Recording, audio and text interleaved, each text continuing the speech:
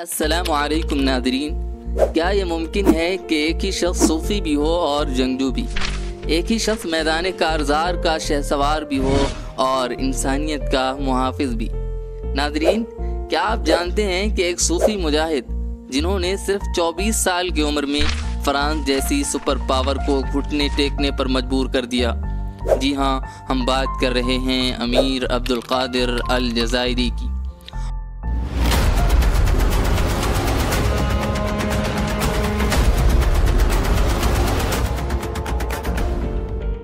19ویں صدی کے وہ ممتاز عالم، صوفی اور مجاہد جنہوں نے الجزائر کی آزادی کے لیے فرانس کے خلاف تاریخی جدوجہد کی قیادت کی، جنہوں نے نہ صرف فرانس کی نوآبادیاتی طاقت کو للکارا بلکہ اپنی انسانیت اور روحانیت سے پوری دنیا کو متاثر کیا۔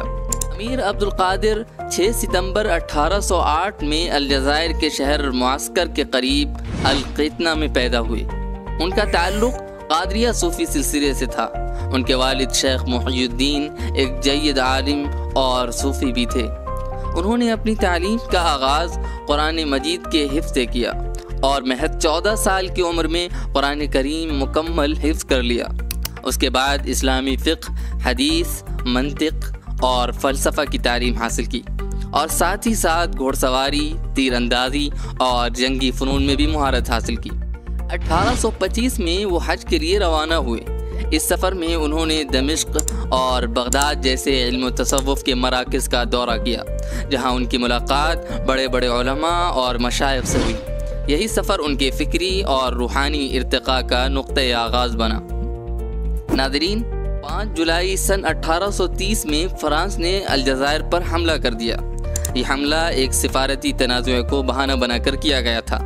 اس حملے کے 2 سال بعد 1832 میں مختلف قبائل نے انہیں امیر المؤمنین مقرر کیا اور اس طرح وہ الجزائر کی مزاحمتی تحریک کے رہنما بن گئے۔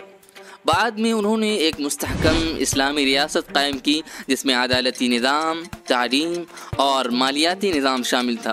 انہوں نے گوریلا جنگ کی حکمت عملی بھی اپنائی اور کئی سالوں تک فرانسیسی افواج کو شکست دیتے رہے۔ 1837 میں انہوں نے فرانس کے ساتھ تعاونہ معاہدہ کیا جس سے انہیں اپنی ریاست کو مزید مستحکم کرنے کا موقع ملا۔ ناظرین، 1847 میں اپنی فوج کی کمزوری اور عوام کے مفاد کو مد نظر رکھتے ہوئے امیر نے ہتھیار ڈال دیے، لیکن فرانس نے معاہدے کی خلاف ورزی کی اور انہیں قید کر لیا۔ 1852 میں نپولین III نے اس شرط کے ساتھ رہا کیا کہ وہ اب کبھی بھی دوبارہ الجزائر نہیں لوٹیں گے، جس کے بعد انہیں ہمیشہ کے لیے دمشق جانا پڑا۔ وہاں جا کر وہ علم و تصوف اور تدریس میں مصروف ہو گئے۔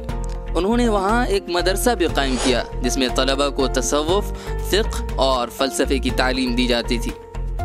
ناظرین، 1860 میں دروز اور عیسائیوں کے درمیان ایک زبردست جنگ چھڑ گئی۔ امیر عبدالقادر نے اپنی جان خطرے میں ڈال کر 400 مسلح گارڈ اور اپنے بیٹوں کو عیسائیوں کی حفاظت پر مامور کیا اور ہزاروں عیسائیوں کو پناہ دی اور ان کی حفاظت بھی کی۔ اپنے بیٹوں کو حکم دیا کہ وہ عیسائی خواتین اور بچوں کو محفوظ مقامات پر منتقل کریں۔ ان کے اس عمل کو عالمی سطح پر سراہا گیا۔ امریکہ کے صدر ابراہم لنکن نے انہیں تحائف بھی بھیجے۔ پوپ پائس 9 نے انہیں اعزازات سے نوازا، یہاں تک کہ آپ کو حیرانی ہوگی کہ دشمن ملک فرانس نے انہیں لیجن آف آنر کے اعلیٰ ترین خطاب سے نوازا۔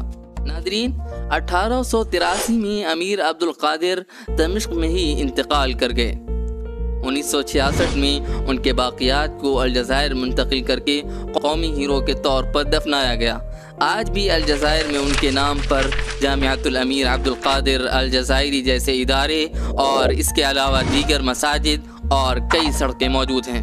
اللہ امیر عبدالقادر الجزائری رحمہ اللہ کو غریق رحمت کرے، آمین۔ ناظرین، آپ کا شکریہ کہ آپ نے مکمل ویڈیو دیکھی۔ آج کے لیے بس اتنا ہی، ملتے ہیں اگلی ویڈیو میں۔ السلام علیکم ورحمۃ اللہ وبرکاتہ۔